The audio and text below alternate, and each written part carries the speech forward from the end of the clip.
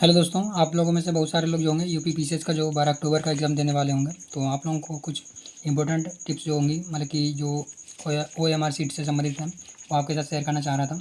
और जो आपको क्या एग्ज़ाम के टाइम में काफ़ी हेल्पफुल हो सकती थी। तो सबसे पहले तो क्या, मतलब कि जो बिगनर एस्पिरेंट हैं उनके लिए थोड़ी सी बात बता देते हैं। बाकी आप उसके बाद में कुछ पर्सनल स्ट्रेटजी के बारे में बात करेंगे कि कैसे आपको ओएमआर सीट भरनी चाहिए और कैसे आपको पेपर को जो मतलब कि आप सॉल्व कर रहे हैं उसमें आपको हेल्पफुल होगा। तो सबसे पहले तो आपको क्या है, रोल नंबर को भरते समय ध्यान से रखना चाहिए। और आप पहले क्या, अपना रोल नंबर यहाँ पे डालना चाहिए। उसके बाद में वो गोले जो है मतलब कि फिल करना चाहिए, जो तो आपको सभी को पता होगा। यहाँ पे कोड भरना चाहिए और जो भी हमारा क्या होता है पुस्तक फ्री होती है यहाँ पे, उसको ध्यान से भर देना चाहिए। उसके बाद में क्या आपको है, इस तरीके से पूरा का पूरा मतलब कि आप जानते हो कि यहाँ पे नाम डालना होता है। यहाँ पे जो भी हमारा मतलब कि सब्जेक्ट होता है या फिर कोड होता है वो सब आपको पता होगा। चलिए अभी बात कर लेते हैं हम लोग क्या, जो हमारा ओएमआर सीट में होता है। हम लोग जो पेपर अटैम्प्ट करते हैं, जो मेरा मतलब कि पिछले साल का मतलब पीवाईक्यू के जो एग्ज़ाम दिया था मैंने जब, तो उस समय का जो रखा हुआ था उसी से मैं आपको बता रहा हूँ। तो जैसे लेकर के 150 तक यूपी पीसीएस पहुँचता है। और उसमें क्या होता है, यहाँ हमारा 1 से स्टार्ट होता है और लगातार लाइन से चलता रहता है। तो अभी क्या होता है, हमारा पहला क्वेश्चन आता है, तो आपको कैसे सॉल्व करना है। तो मैं अपना बताता हूँ तरीका, मैं कैसे सॉल्व करता था। उसके बाद में ओएमआर सीट भरने में क्या करता था, क्योंकि अगर आपने कुछ छोटी सी मिस्टेक कर दी तो ओएमआर सीट में क्या हो जाता है, मतलब कि बहुत अधिक प्रॉब्लम हो जाती है।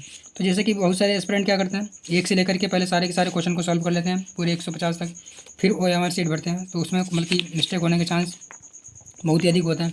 और कुछ एस्पिरेंट क्या करते हैं, एक क्वेश्चन को पढ़ते हैं उसके बाद में तुरंत ओएमआर को गोला करते हैं। तो उसमें भी क्या है, टाइम बहुत अधिक कंज्यूम होता है। हालांकि उसमें मतलब कि मिस्टेक होने का चांस तो कम रहता है, परंतु उसमें टाइम बहुत अधिक कंज्यूम होता है। और जो मतलब कि एक साथ पूरा फिल करते हैं उसमें क्या होता है, टाइम तो कम होता है, परंतु उसमें मतलब कि मिस्टेक होने के चांस बहुत ज़्यादा होते हैं। अगर एक भी क्वेश्चन अगर गलत हो जाता है धोखे से, तो मतलब कि बहुत ही अधिक नुकसान हो जाता है। तो इसमें क्या करना चाहिए, और मैं अपनी खुद की पर्सनल स्ट्रेटजी के बारे में आपको बताऊँगा मैं क्या करता था। तो मैं एग्ज़ाम के टाइम पे क्या करता था, और ये मेरी पर्सनल स्ट्रेटजी है, मतलब कि इसको आप अपना के देख सकते हैं। तो मैं क्या करता था, एक से लेकर के इस पूरे के पूरे पेज को, जितने भी क्वेश्चन है 1 2 3 4, चार के चारों क्वेश्चन को सॉल्व कर लेता था। उसके बाद में क्या, मैं इस पेज के जितने पूरे के पूरे क्वेश्चन हैं उन सारे के सारे क्वेश्चन को सॉल्व कर लेता था।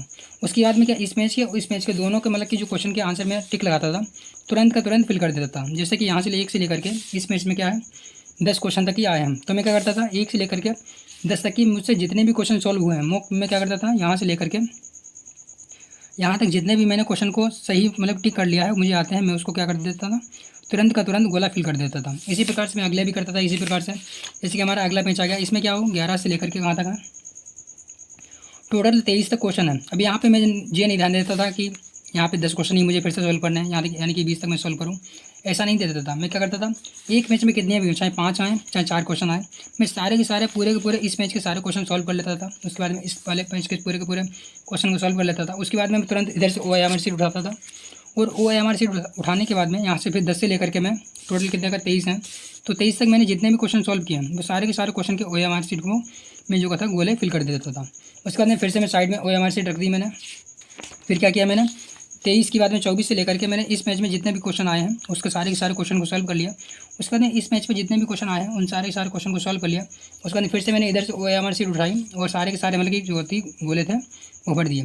तो इससे मतलब कि एक फ़ायदा क्या होता था, पहली बात तो यह है कि हमारा जो है टाइम सबसे मतलब कि अगर आप एक एक करके भरेंगे तो टाइम बहुत ज़्यादा लगेगा। तो इससे क्या होता था, हमारा टाइम बच जाता था। और जो एक साथ पूरे के पूरे भरते हैं तो उसमें क्या होता है, मिस्टेक होने के चांस होते हैं, और मिस्टेक होने के चांस भी हमारे क्या हो जाते हैं, कम हो जाते हैं। तो इससे मतलब कि दोनों फ़ायदे एक तरीके से हो जाते हैं कि हमारा टाइम भी बच जाता है और मिस्टेक होने के चांस भी बहुत ही अधिक कम हो जाते हैं। और इसमें क्या होता है, आपको एक तरीके से आप समझ भी जाते हैं कि आपने इधर वाला बेंच के सॉल्व कर लिया और इधर वाले बेंच के सॉल्व कर लिया। तो इस प्रकार से मतलब कि आपको कोई मतलब कन्फ्यूजन भी नहीं रहता था कि मैंने, जैसे कि मैं अगर यहाँ से लेकर के 10 तक की सॉल्व करता, तो अगर मैं यहाँ तक सॉल्व करता तो इस वाले क्वेश्चन के छूटने के बहुत अधिक चांस होते हैं।